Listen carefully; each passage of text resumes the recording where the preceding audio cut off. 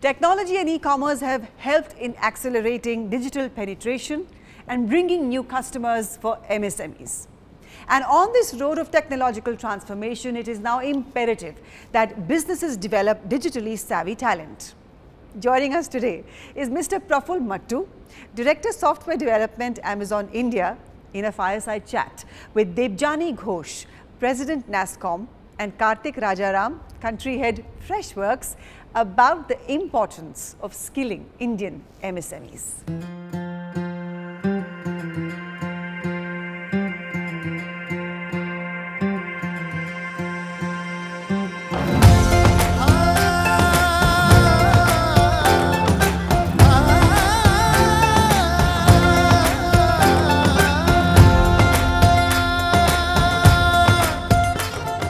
Hello everyone, I am Praful Mattu and I am Director Technology at Amazon India. Welcome to Amazon Sambhav 2022. It's a privilege to bring you an exciting fireside chat on skilling MSMEs, the road to digital transformation. As we know, India is forging ahead as one of the world's fastest growing economy, with startups, entrepreneurs and MSMEs powering this economic development. While Indian MSMEs recognize the benefits of adopting digital technologies in terms of efficiency and market growth, but keeping up with rapidly evolving technological advancements in today's digital age is also seen as a major growth challenge. We are at a cusp of a digital revolution and quickly developing into an inclusive digital ecosystem, driven by population scale digital systems and a thriving startup culture that is all set to serve 1 billion connected users in coming years. With India going digital, actively adopting digital technologies and attracting digitally savvy talent is going to be crucial for MSME growth. To discuss why digital skilling is essential to help MSMEs streamline their businesses, respond to changes in the market, and plan for long-term business resiliency, I'm excited to introduce two distinguished industry stalwarts today. First, I would like to welcome Debjani Ghosh. Debjani is the president of NASSCOM, the National Association of Software and Services Companies. A veteran of technology industry, she is the first woman to lead NASSCOM in organization's 3-decade history. A staunch champion of inclusion in corporate India, Debjani is a firm believer in the power of technology as the greatest equalizer. Welcome, Debjani. I would also like to welcome our second speaker, Karthik Rajaram.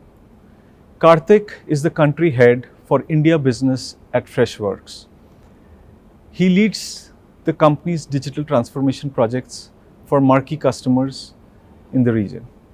Karthik has extensive experience working with both digitally native Indian unicorns as well as multi-industry corporations on the path towards digitization. He's a thought leader in the customer and employee experience space and helps businesses find the right mix of Freshworks products to realize their vision for delighting their customers and employees. Welcome Debjani and Karthik, and let's dive straight into the questions we have for you today. So we'll start with Debjani. In this technology-driven world, digital skills will be more important arguably than capital, networks or anything else. Please give us an overview on the MSME digital talent landscape in India. How critical is it for MSMEs to be equipped with these skills that can help them develop long-term strategies for their business and reimagine new paths for their success? Sure. Hey, thanks a ton for having us here. And in today's world, skills are pretty much rewriting the rules of competition, right? There's no other way of putting it. You are as good or as bad as your talent basis or your access to talent strategy is. Overall, I think the demand for digital skills today is roughly around 8x higher than supply. And this is a global phenomena. This is a worldwide phenomena.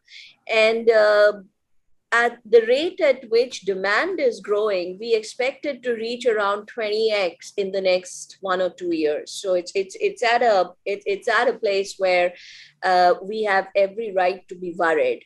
But that said, when you look at the demand supply gap across the world, India actually, though we still have a gap, we are a little bit, I think, better positioned than the rest of the world, because our demand supply gap is around 20%, while if you look at the Western world, it would be 30% plus, right? So this is becoming a must have. But I have to add one point here, which is, I think as industry, we have to shift our focus from this so-called great resignation to great retention.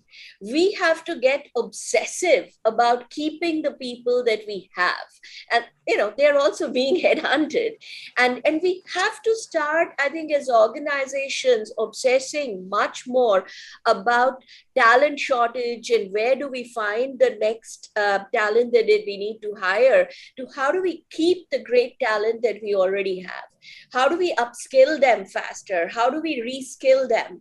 And how do we create that purpose which makes it inspiring for them to stay on with us? I think that has to be a key focus.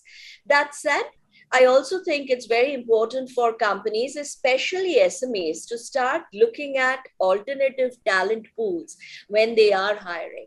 For example, much higher focus on colleges, hiring from colleges, much higher focus on tier 2, tier 3 cities, much higher focus on diverse talent pools, be it women or people with physical disabilities, neurodiversity. I think we have to look beyond status quo or the obvious to figure out a talent strategy. That's the need of the hour. But a talent strategy is not just about recruitment. For me, it's first and foremost about retention and then about recruitment. But this is a must-do for business. Thanks a lot, Debjani. That was insightful, especially the perspective on retaining the current talent pool. Moving on to Karthik. Karthik, Freshworks is the first Indian SaaS startup to be listed on the NASDAQ, opening the doors for others to take Indian software to the world.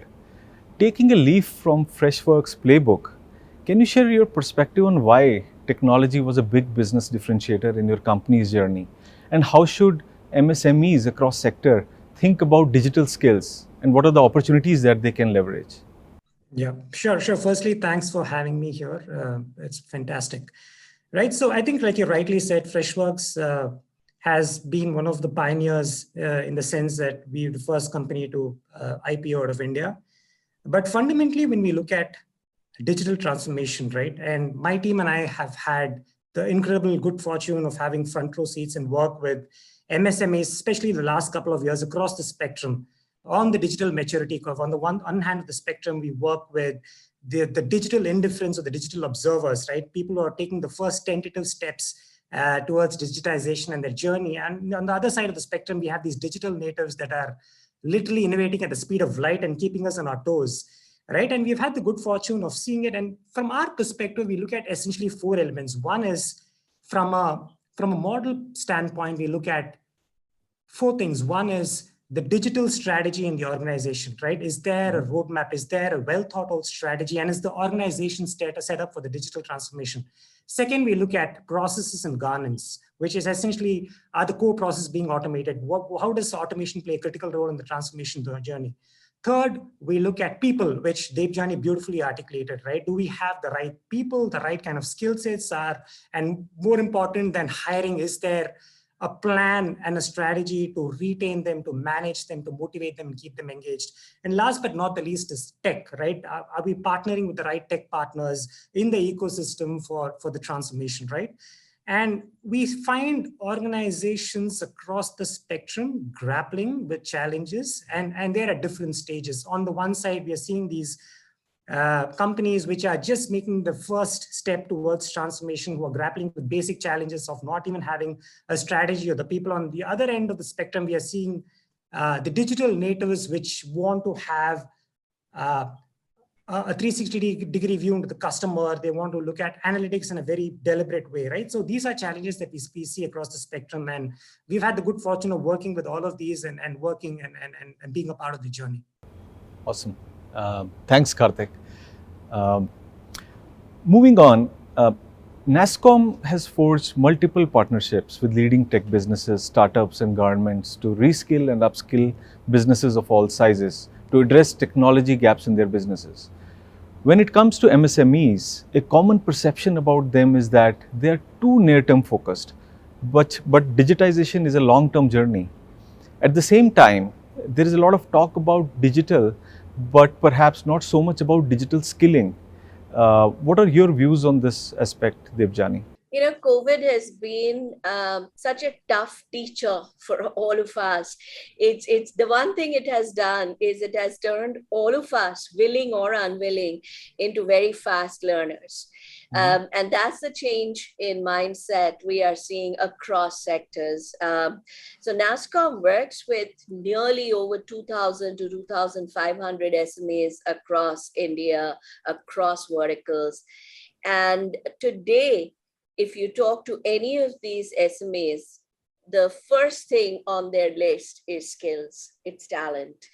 I think everyone today has realized that your business success depends first. You may have a great brand, you may have tremendous strategy, you may have access to the best technology, but your competitive advantage comes from the people who use that technology to create the differentiation or create the magic. And I think that is very well understood today, the importance of talent. So SMEs, yes, SMEs, and rightly so, have, and I won't make it generic, but a large percentage have had a pretty short term viewpoint. But I think the last 2 years has been such a masterclass in terms of how to develop sustainable business strategies, how to pivot your business, how to grow your business in crisis. I think all of us have understood the importance of things like people, purpose, partnerships, having strong supply chains, and all of those things have become very real. So the conversations are definitely happening. I think the problem we face, or the problem that the SME sector is facing, is most of them have really not invested in building a robust talent strategy as such. It's you hire people pretty much as and when you need, and people have stayed. But today what the SMEs are realizing, that the people they have are in tremendous demand. The big companies want them, the startups want them. Anyone who has digital skills today is in demand, because that pool in India is around 1.8 million. That's very small compared to the demand that we have. So I think the change that we need to see, and that's the conversation we as NASSCOM are having with the SMEs, is you have to invest in this is the time when you really have to invest in culture. This is the time when you really have to invest in people, because you have to have a talent strategy that looks at how do you keep the people you have, and how do you bring in more people at an affordable, sustainable cost. Because if you start matching salaries, it's not going to work. You're going to be out of budget very soon. So how do you do that? So I think the conversation has shifted from, is it important? It's definitely important. There is very strong realization to what do I need to do differently? How do I see this as part of my business strategy? That's very well said, Debjani. Thanks for answering that. I'll go back again to Karthik. Karthik, government has introduced several measures to digitize the economy and encourage small businesses to participate in India's digital growth story. What role do you think the private sector can play towards this vision? No, absolutely. I think the role of private sector is critical. And our CEO Girish often talks about this, right? We build software not just for the Fortune 500, we build for the other 5 million, right? Mm-hmm. And everything that we do at Freshworks, the way we think through strategy, the way we think through our go-to-market motions, the way we want to onboard customers, support customers, puts that at the front and center, right? And obviously, we've seen this incredible push from government bodies and institutions. We see the Project Samakshan, which is a wonderful collaboration between the Government of India and MasterCard. We have seen technology majors like Cisco and Google and a lot of these folks sign MOUs with the government bodies to ensure upskilling and up-leveling of digital skills. So what we're doing, and we're also seeing a lot of these edtech platforms partner in a very significant way with government bodies and the ecosystem to upskill and up-level, right? So I think the role of the private sector and the partnership between the public-private sector is absolutely paramount in ensuring that we are able to meet the demands and the gaps that we are essentially seeing in terms of talent and skills that is much required for MSMEs to progress. Thank you, Karthik. So SaaS has evolved many folds to encompass several new age services and solutions. What started as a trend evolved fast into a significant tech business with huge potential, fueling countries' startup ecosystem and supporting MSMEs. How can Indian MSMEs leverage SaaS for staying relevant, in especially while taking their businesses online? Debjani, would like to hear your perspective on this? But before I do that, I mean, I just want to give a call out, Karthik, to your last point. I think, as you said, the partnership is key. And I also want to call out, apart from the entire talent, etc. For example, Freshworks, Karthik, and Girish, I have to give Girish a call out here. The way he works to grow the ecosystem, I mean, that is truly inspiring, right? I mean, you would think that he would see other software product companies as competition and he would want to keep them, keep a huge distance between them. But honestly, the way I have seen Girish go all out via SaaS Bhumi, etc., to develop that ecosystem, to share his learnings, I mean, that's, to me, we don't often talk about what private companies do to grow the ecosystem. And I absolutely think we should, because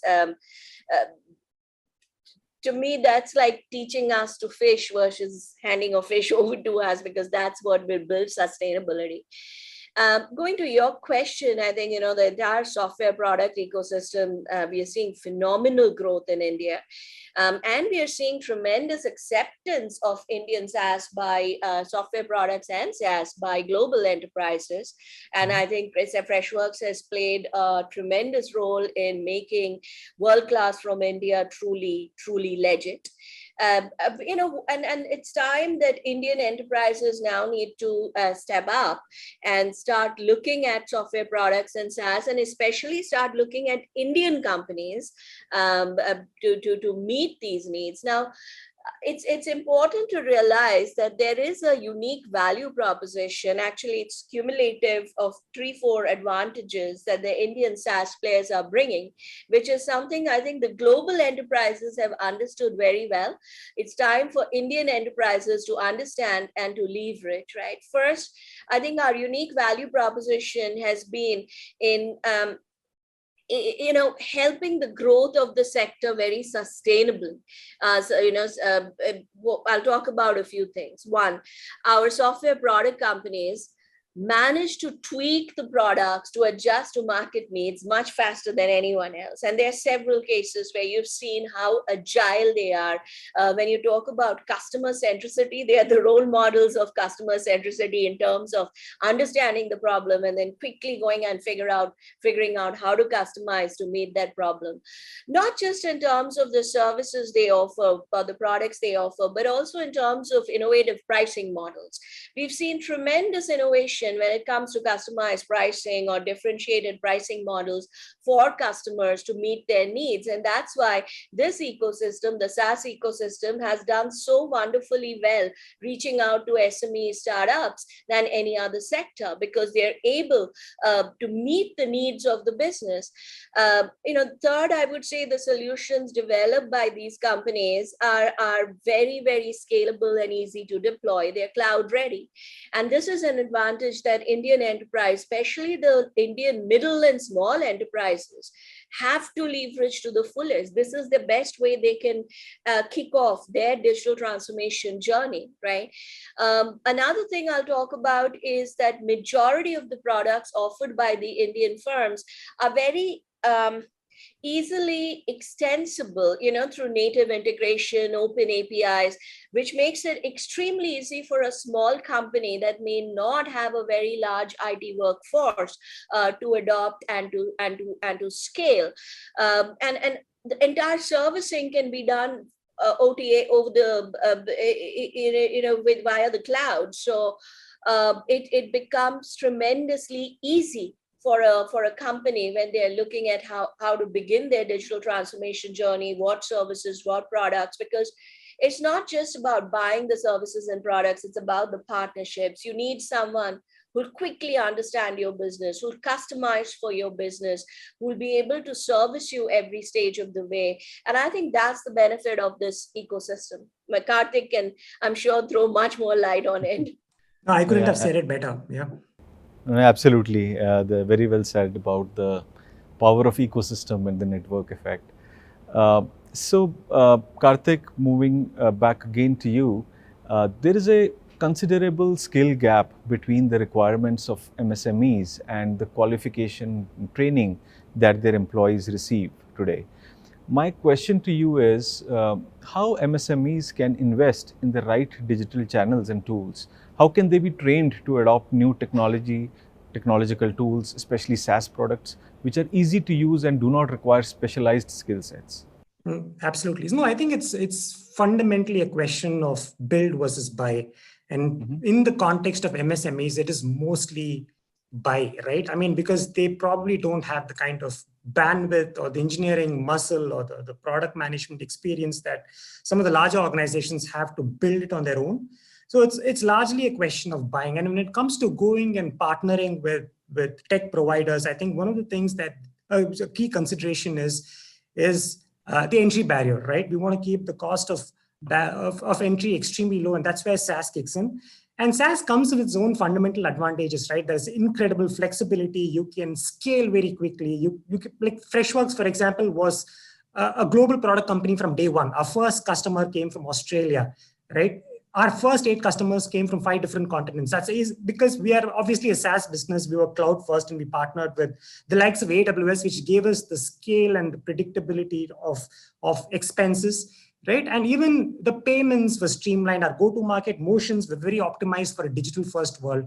And I think that is what companies, MSMEs, need to start thinking about. They shouldn't be necessarily very overwhelmed with what's in front of them in terms of transformation. They got to prioritize. They got to identify those core processes that is going to kind of give you the ROI that they want, and then embark on the journey and in partnering with the right kind of organizations in the ecosystem. Okay, that's helpful. We're now coming to the end of the conversation here. But before we go, I would like you both to share your concluding thoughts on my last question.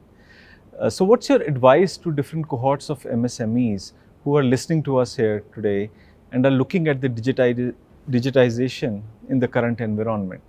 What, according to you, are some of the short-term goals and some long-term targets they should set for themselves? Karthik, do you want to start, and then Debjani can come in and add with her concluding remarks? Sure. No, I think I can go first. See, essentially, it's important to have a roadmap and a strategy, right? And typically a roadmap or a strategy is long-term, but you got to think in terms of smaller incremental steps that you can take, right? Second is prioritization. You can't go just boil the ocean. You got to identify those critical core processes that you want to digitize, you want to optimize and automate. Third, you got to partner with the right providers in the ecosystem. That's critical, who are going to be your trusted partner, as Debjani said, in your journey towards digitization, right? And it's not going to happen overnight, but I think there is enough support in the ecosystem today to get you started on that journey. Great. Yeah, in addition to everything that Karthik said, and I absolutely agree with that approach, I think there's a few things that you have to think through. First of all, I think this entire journey requires a very strong mindset, because when you embark on a digital transformation journey, there is no finishing line. You can't say that my journey stops here.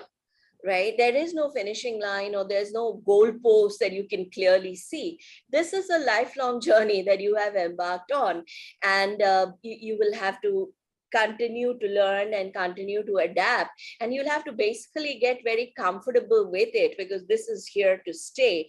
And I think this can be very, very difficult for a lot of leaders who are not used to dealing with this kind of ambiguity or an infinite game plan. So how do you build that mindset of learning how to play the infinite game, as Simon Sinek calls it, right? And the only way you can survive this game is if you can adapt faster than others and stay ahead of others. I think that's the first thing I would call out. The second thing I would call out is it's very important for leaders to really learn how to fall forward, because if you want to get it right, you have to experiment. You have to try out a few things. There is no way, even with the best consultants on your payroll, you will not know from day one what works and what doesn't work. You'll have to try out a few things. And if you're not trying out a few things, you obviously don't know what you're missing out. And I think this is where the fear of failure in a business is so high. You're often paralyzed by that fear and you do not want to take risks, which I think is a wasted, missed opportunity. So you have to, as a leader, you have to not just have the courage to take these risks, but you have to create an environment where your employees are willing to try out new things, take risks, and when they fall, it's okay, just fall forward. So when you get up, you're already a few steps ahead. And the last thing I would say is, it's again all about people. Digital transformation is really not about the technology to me. It is about the people. It's about do they share that vision that you have put forward? Are they inspired by this journey? Do they believe this journey is going to result in something that they value? Do they have the skills for this journey? Are you building the capabilities and the mindset for this journey? I think that's very important to sort of think through that. And if I may, I'll just add one more thing. As you digitize, don't get overwhelmed by data. Once you begin this journey, you'll be data all around you, lots and lots and lots of it. If you use it, it can result in insights that will help you take better decisions. But having data is not equal to using data. A lot of us have data and do nothing with it. So building that culture and mindset, I would say not a data-driven culture, as many people call it, but to me, it's more of a data-informed culture where you're aware of data and what to do with it. So yeah, ultimately, I think it's got to do a lot with how you think, the mindset of you as a leader, your organization, and that culture of change, agility, disruption that you build. Very, very helpful, Karthik and Debjani. So, having the right mindset and the vision, culture of experimenting and failing, and as Karthik said, not boiling the ocean, going after the right priorities, and of course the people, as Debjani kept reminding us today. So with that, we have come to the end of this engaging fireside chat. Thank you so much, Debjani and Karthik, for joining us here today at Amazon Sambhav 2022 and sharing your thoughts with us. I would also like to thank everyone who is logged in to be a part of this session today. Stay tuned, lots more coming your way at Amazon Sambhav 2022. Thank you everyone and have a good day.